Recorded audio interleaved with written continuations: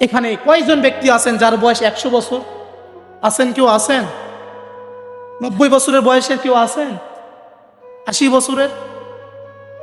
70? হায় হায় মুসলমান, ফিকির করেন তো, চিন্তা একটু করেন তো, বিবেকে একটু প্রশ্ন করেন তো, আজ থেকে 70 বছরে যারা ছিল তারা আজ কোথায়? আজ থেকে যে 70 বছর পূর্বে এই এলাকা মনে হয় ছিল না, মাতাজি এলাকা ছিল না? ছিল। আজকে যে বাড়িটার পরিচয় দিচ্ছেন এটা আমার বাড়ি, একদিন পরিচয় দিয়েছিল আপনার বাবা যে এটা আমার বাড়ি, একদিন পরিচয় দিয়েছিল আপনার দাদা যেটা আমার বাড়ি। বাড়ি পরিচয় দিতে পেরেছে, কিন্তু বাড়িতে কেউ থাকতে পারে? খোদার কসম বন্ধু, বাপ আমার, মনের দিল দিয়ে কথাগুলো শুনেন।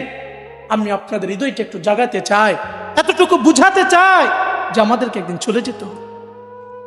আজকে যে বাড়িতে আপনি আছেন, একদিন আপনিও থাকবেন না, আপনার সন্তান বলবে বাড়িটা আমার। আজকে আমার নাম আহসানুল্লাহ, আমি যেদিন মারা যাব, যখন আমার লাশটা খাটিয়ায় শুয়ে দেওয়া হবে, তখন কেউ এসে বলবে না আহসানুল্লাহ কোথায়, আহসানুল্লাহ কোথায়। সেদিন সবাই বলবে লাশ কোথায়, লাশ কোথায়, লাশ কোথায়। কোথায় আমার পরিচয় গেল? কোথায় আমার মাওলানা সাহেব গেল? কোথায় আমার বক্তা সাহেব গেল? কোথায় আমার পরিচয় গেল? কোথায় আমার চেয়ারম্যানগিরি গেল? কোথায় আমার এমপি সাহেবগিরি গেল? আমার পরিচয় তো একটা হয়ে গেল লাশ। यही हम सब मुसाफिर हैं, वही आखिर ठिकाना, कोई आगे रवाना है, कोई पीछे रवाना।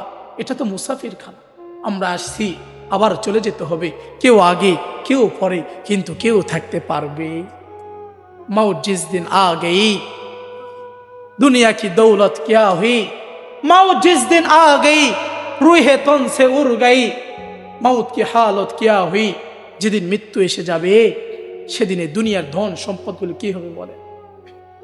খোদার কসম, হিসাব করে রাখেন, মনে রাখেন, একজন মানুষ যখন মারা যায় সর্বোচ্চ 1200-1300 টাকার আসবাবপত্র নিয়ে কবরে যায়।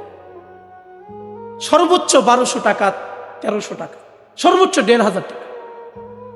একটা কাফনের কাফর যার দাম 700-800 টাকা, একটা আতর যার দাম 100 টাকা, একটা গোলাপ জল যার দাম 50 টাকা, সুরমা আতর, এতটুকুই পরিচয়।